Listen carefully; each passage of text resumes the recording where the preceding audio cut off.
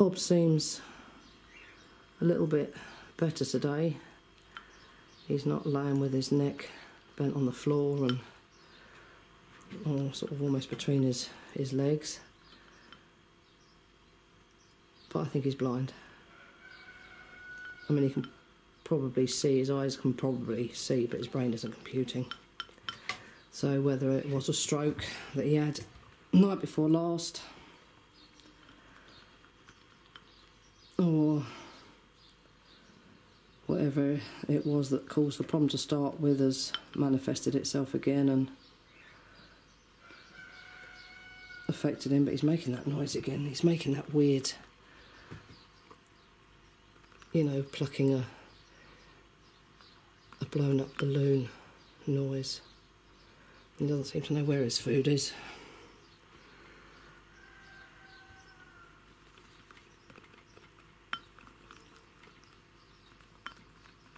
So I popped corn in his mouth last night. It's quite simple to do, you just put it at the side of his beak and he turns sideways for it, opens his beak and takes it in. He's a very good patient. But he doesn't seem to know what the hell he's doing. Do you, Bobsy? I haven't got any yogurt in there, I've just got high protein crumbs, vitamin D, vitamin E, and some brown bread. Oh, and some mash, the mash that I give the chicks, you know, oats and corn. He doesn't seem to have that smell today that he had yesterday, but as I say,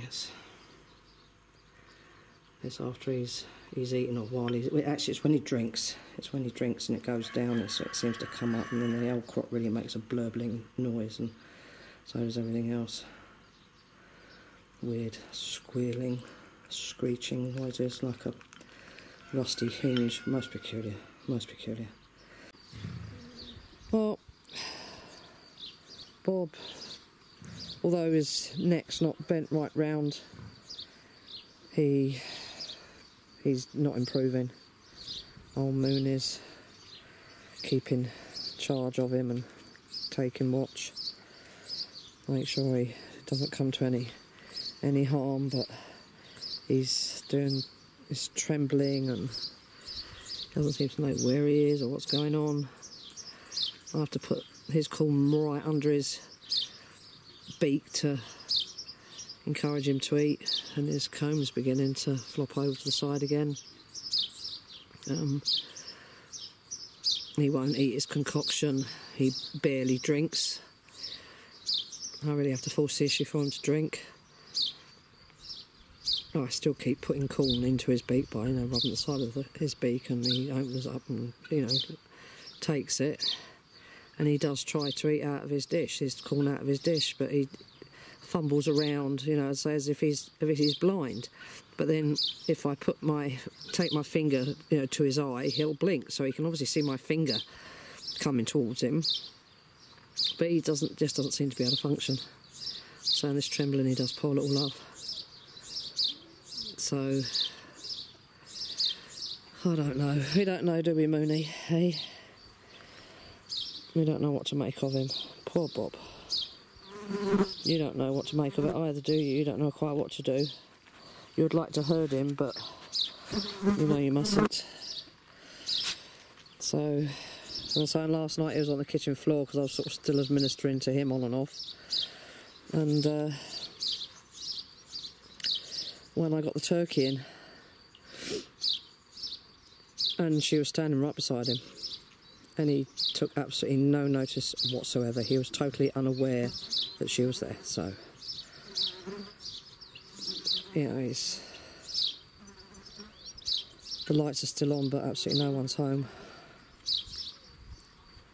And I just don't know what to do for him.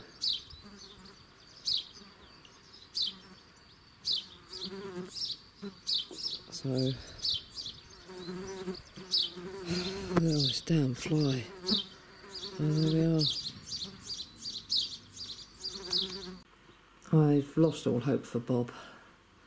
Getting over this, he's worse than he was yesterday, he's worse than he was this morning. This morning at least he could eat some bits of corn on his own, and he was drinking okay, but, well, when I offered it to him and sort of forced the issue, but he was drinking.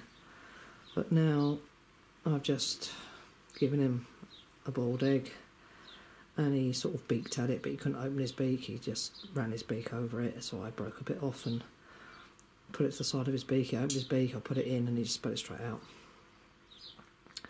So, and he's totally non-responsive to anything. Last night I put him out in his patch when it had cooled right down, and the turkey girls were making a noise, and he was sort of responding by talking back to them, and really quite animated.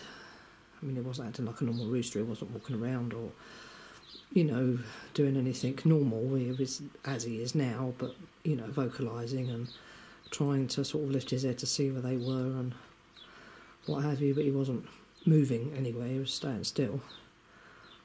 But I've just put him back out there again just now after I tried him with his egg and didn't want it. I thought, well, I'll put him out there, see if that'll animate him a bit more. And nothing. They were making noise, came over to the fence, nothing from him. Tried him with the egg again, put it in his beak and just spat it out and ran backwards. Well, he didn't run backwards, he just walked backwards. But it's obviously something to do with the brain, and I think it's something to do with the connection with the fact that Hoppy got him, and he got him quite bad actually, because not only did he get him on, come here babe, on his wattle there, and there's a swelling there, but I noticed he's also got him there, and he got him there. So I think he probably pulled him through the fence, and I think that has stressed him emotionally, as well as, you know, damaging his bits and pieces again here and there, and so his comb's falling over to the side, and he's all black there again, which is not good. He's got these blood spots, well, that's this side there, and he's really not very good at all. But I keep putting bits of corn in him, in his beak, and he swallows those, but he can't eat the corn on his own, which is what he was doing yesterday. He was, you know, having a go at picking out bits himself, and then give up. So I'll carry on for him, but today he hasn't tried that at all, but this trembling he's still doing on his neck that's visible on his feathers. Well, there's a bit of a breeze today, but, you know, every time he moves he trembles. So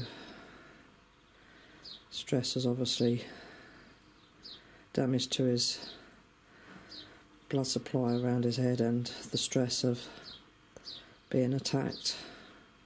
I didn't hear anything, and he wasn't near the fence when I came back from the feed round in the stables. I heard absolutely nothing.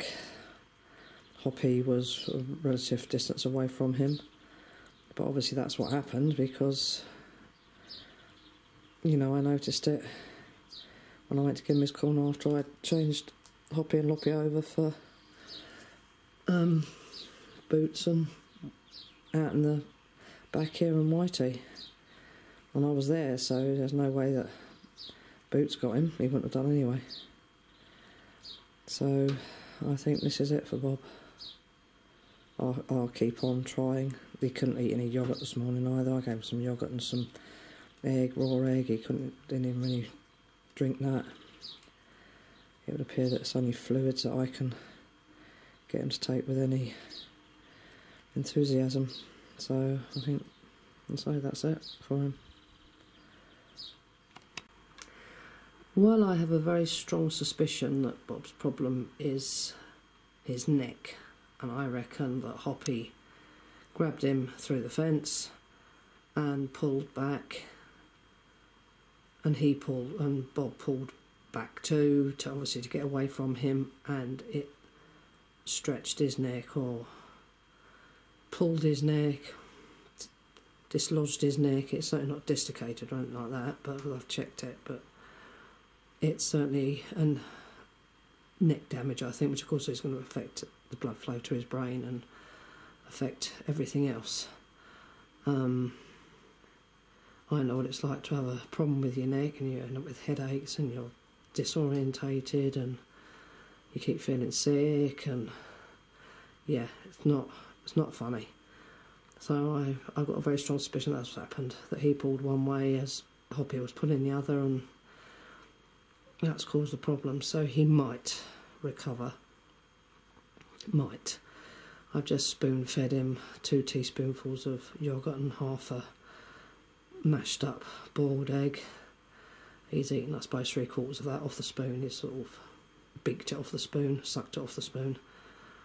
And he did actually help himself to 3 or 4 bits of corn on his own, so that was good, and he's drinking better now. So we'll see what tomorrow brings. But yeah, still disastrous no matter what. Well, old Bob's a little bit better tonight. He's, as you can see, tucking into his corn. That's the first time he's done that in 3 days. I had to keep putting it right under his beak and encouraging him to eat it, and he'd have about 3 bits and that would be it, so I'd have to force the issue. He's had some yogurt concoction today, so with vitamin D3 and vitamin E, I'm wondering if it's the vitamin D3 that's causing the problem, because I touch his oil gland again now and he has a fit. I touch his feathers on his back and he has a fit. They're not, you know, coming out of the feather sheaths properly, and it's obviously very aggravating for him and quite painful, I think. And then go anywhere near his oil gland and he turns himself inside out, so I think it's a vitamin D3 deficiency as well as everything else going on.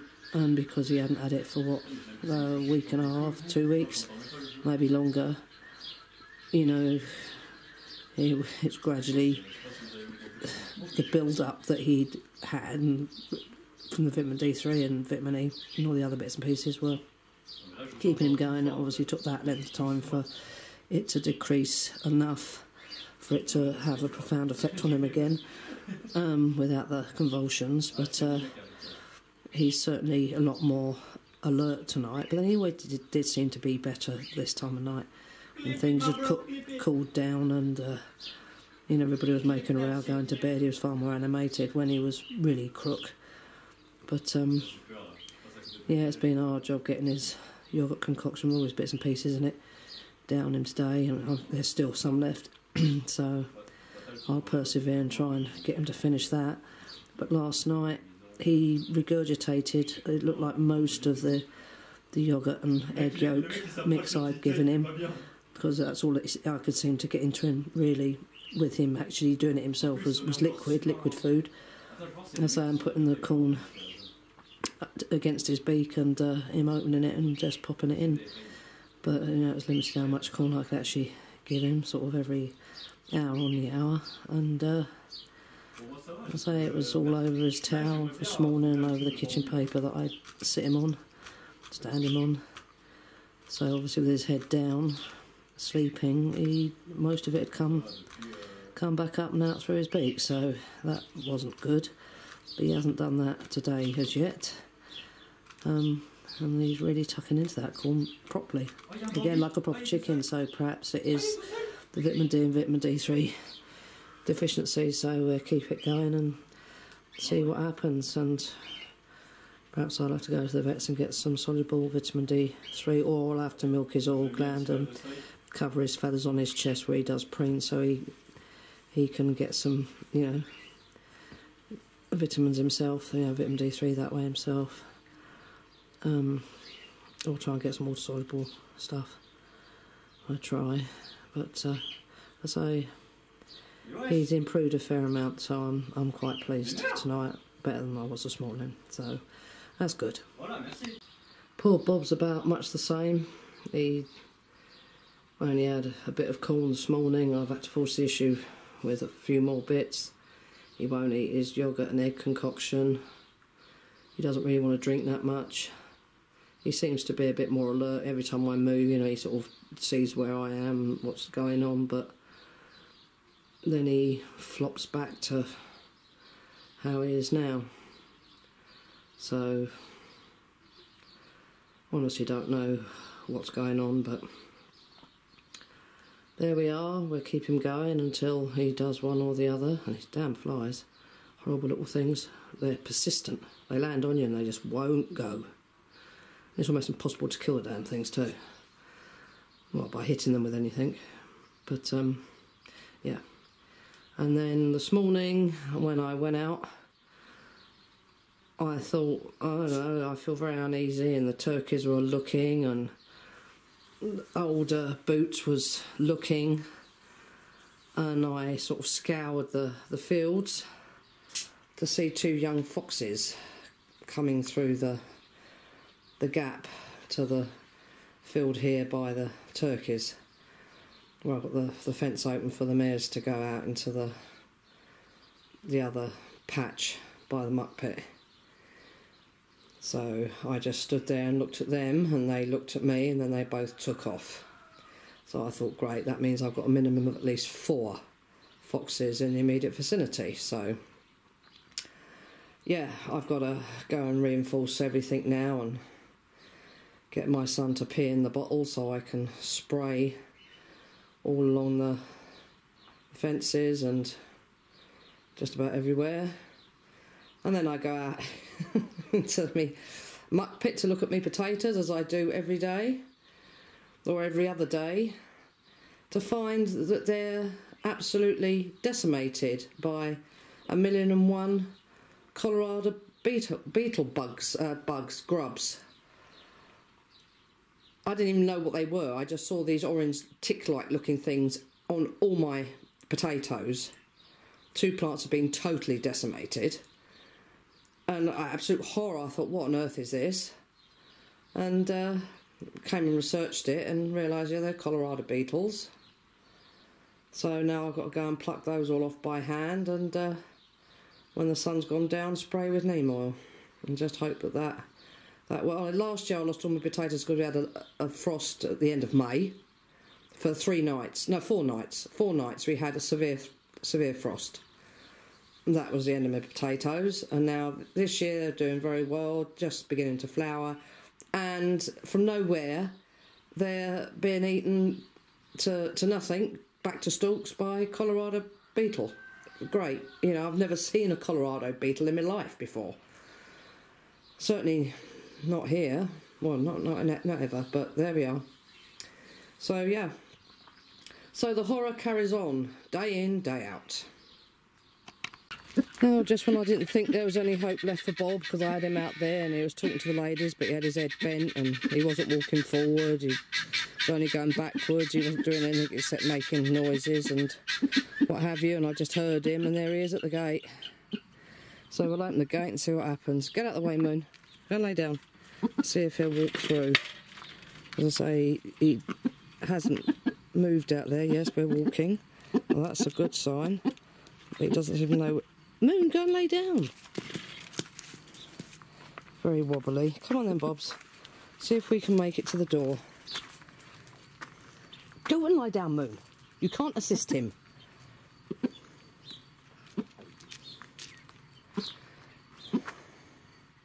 Don't know if it's blindness it's causing this problem, not dehydration, disorientation. No, don't eat the pebbles there, please. No, come on. There you go. Come on, Bobsy. Come on, Bobs.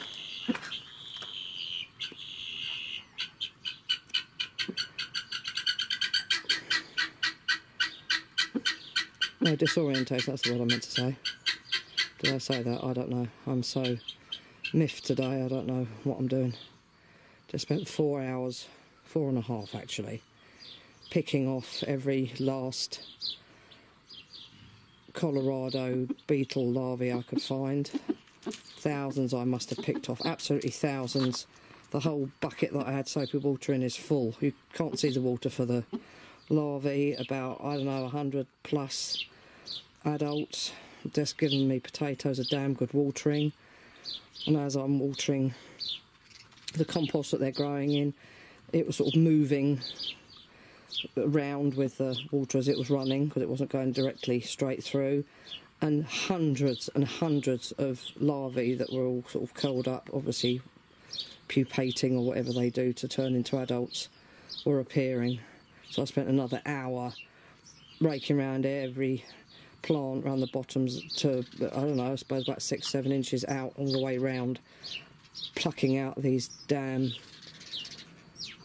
dead and alive larvae that were just waiting to turn into adults. And there was a couple that were actually very nearly turned into adults and were sort of animated but weren't actually going anywhere, so got rid of them too. So we'll see what tomorrow brings as far as the potato plants are concerned. No doubt I'll spend another 4 hours plucking a million more off. But it's absolutely disgusting. My fingers were black, they still are. Well, no, that's got too bad now. And, oh God, they remind me of squashy orange ticks. And there's two creatures I can't tolerate. They give me the screaming abdos and make my skin crawl, and that's ticks and keds. And these are just squashy, to me, ticks, and oh my God. I started doing it with tweezers, but that was no good because they kept dropping off. And I spent an hour searching for them on the ground underneath all the potatoes that sort of winked over and were laying on the ground too. So, and I was doing more damage picking the plants up because I was sort of breaking them than what the larvae had done. Well, they had done a fair amount. And from the 3 plants that they had crucified, when I realised something was happening, by the time I'd finished plucking them all off, 6 more plants had been stripped clean. I was literally stripping the plants as I was, you know, doing them, you know, taking them off. But there we are.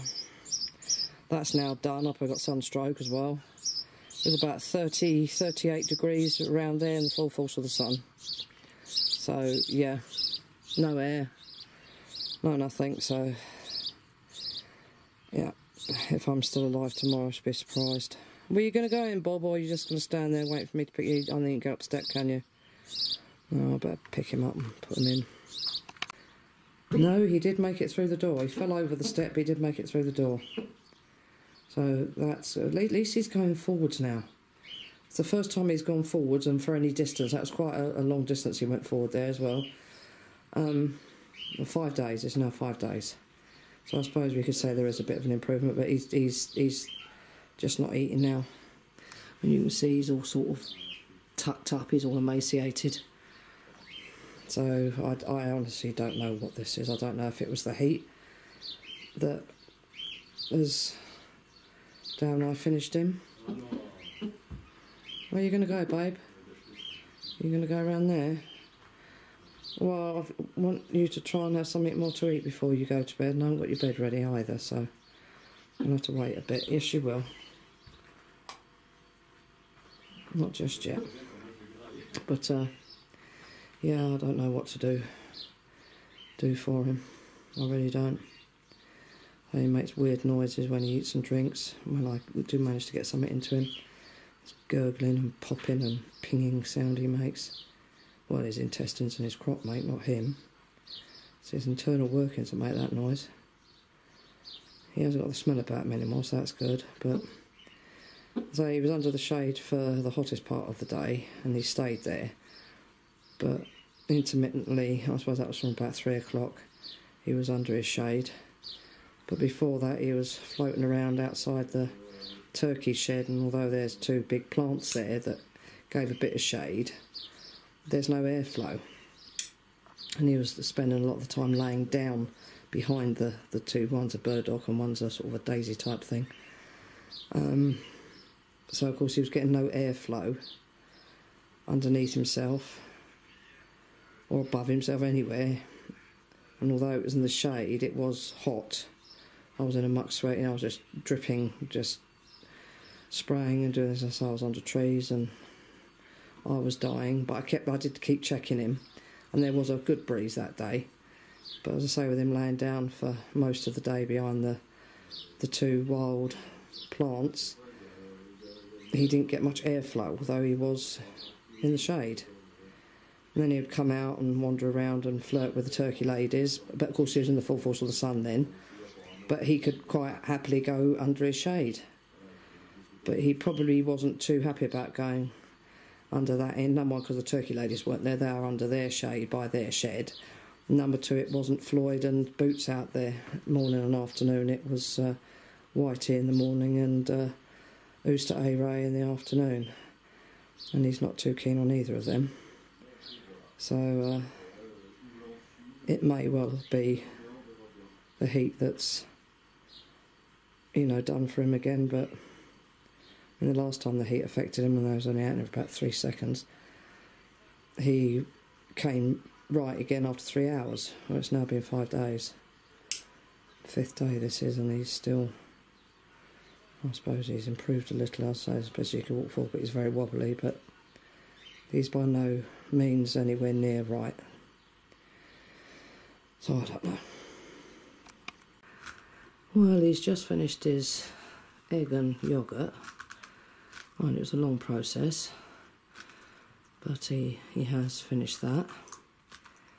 He's had a reasonable drink, and now, as you can see, he's tucking into his corn with purpose.